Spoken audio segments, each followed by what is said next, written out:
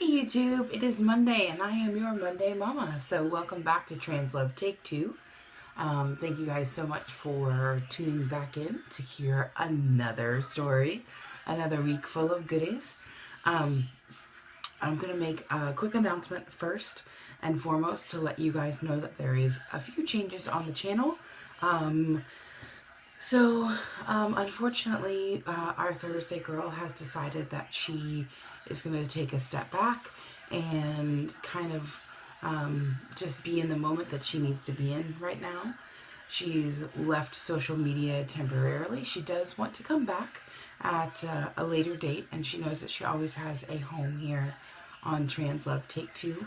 But she's going to kind of take care of herself right now, and we wholeheartedly support her, and we'll miss her while she's gone. In the meantime, we have a fabulous new Thursday girl. This Thursday will be her first video. Her name is Jessica, and she is a fan of Trans Love Take Two, and so I reached out to her. And when Chris left, just to, I thought that she would be a great fit for the channel, and she wanted to do it, so we're so excited to have her. The other thing that I wanted to say is that Ricky has had a status change in her relationship.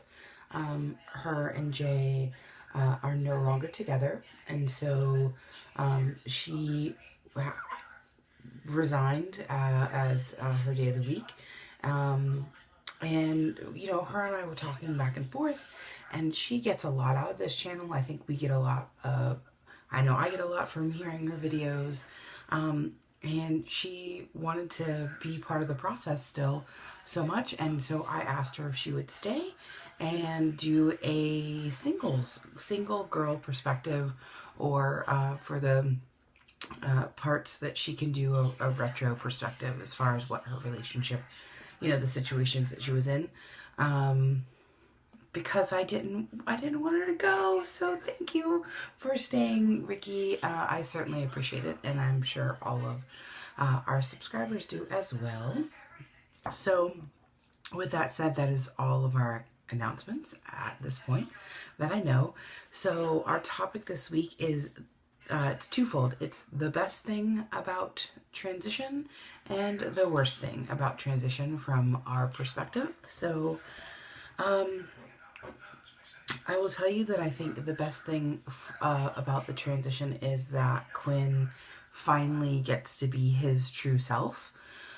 His level of happiness and contentment, is that even a word? I don't know. I might sound ridiculous, but anyway, his happiness level is, through the roof. For him to be seen as male. So, he finally fits where he's supposed to fit. So, he spent many years searching to fill this huge void in himself, and come to find out he just didn't know how to put words onto it. So I feel like his transition happened, and everything kind of fell right into a row for us. Like, I was concerned about the whole baby thing, and then Tristan came along, and, it just seems to be what it should be. So the worst thing about the transition for me is... So Quinn and I have known each other for a really long time. I mean, since I was 20 and I am 37, so a long time. And we have a lot of history, and I feel like his transition has rewritten some of that history, so to speak. I mean, it hasn't rewritten it at all. Anyway, it hasn't rewritten it in its entirety. It just has to be edited so much. So much of our story that I really just loved and I thought was amazing, and that I've told so many times, and is just home to me can't be told in mixed company anymore, because it makes him feel uncomfortable, and it makes for an unsafe environment for him and possibly for me and for Tristan. And so, you know, I'm not a mixed company, so I could say, but Quinn was my first lesbian kiss when I was 20. You know, I came out at 18 and I was petrified of women. I mean, petrified. Like, I couldn't even, like, I would just be like a blathering idiot. So I didn't even kiss a girl until I was 20. I'd been out for 2 years. And so like that was him for me. And that's one of the things about our story that's so sweet. Like, I kept coming back to him time and time and time and time again. And for one reason or another, it wasn't right when we were kids, and he couldn't have loved me the way that he needed to love me. And then a couple of years later, you know, we reconnected again, and I couldn't have loved him the way that I needed to love him. I had gone through just a gross, horrific of a relationship, and it was just bad, and it left me broken for a lot of years. You know, I moved on and dated and did whatever, but I was just not, I wasn't whole for a long time. And so, but through all that, like, we always went back to each other and revisited this amazing connection that we have had since jump. But now when I tell that story, so much of that has to be edited. It just has to be like, we knew each other when we were kids, and, you know, whatever. But for me, like, I don't know, that just, I don't know. It was just kind of where it all began, and he was kind of I don't know, he was like the standard that I held everybody to, that like Zazazoo, feel it in your soul, kind of kiss with your eyes closed, happily ever after, writing like Miss White on paper kind of stuff. And now it's just kind of hard to explain it with it being edited so much that it just, you know, I just don't ever want,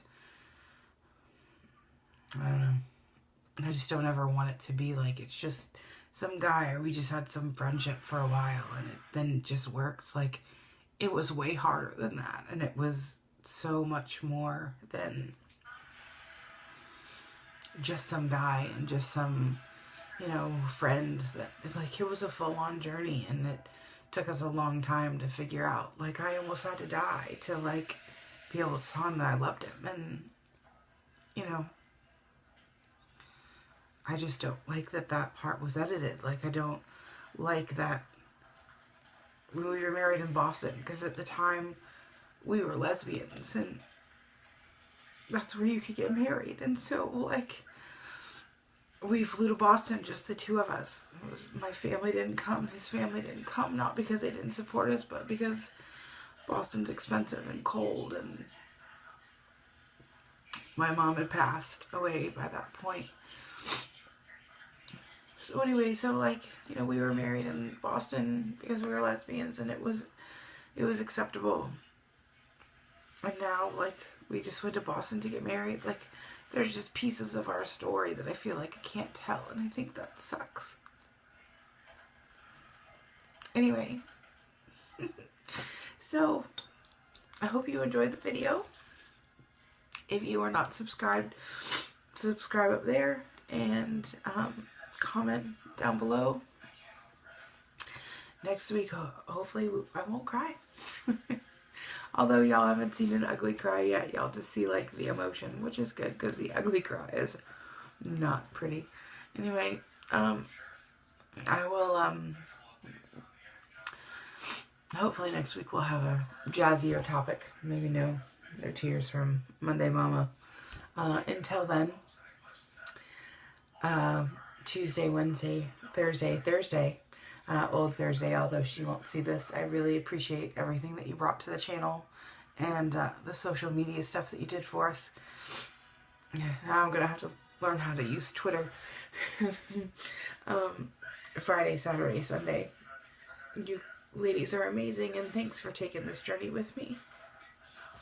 Bye.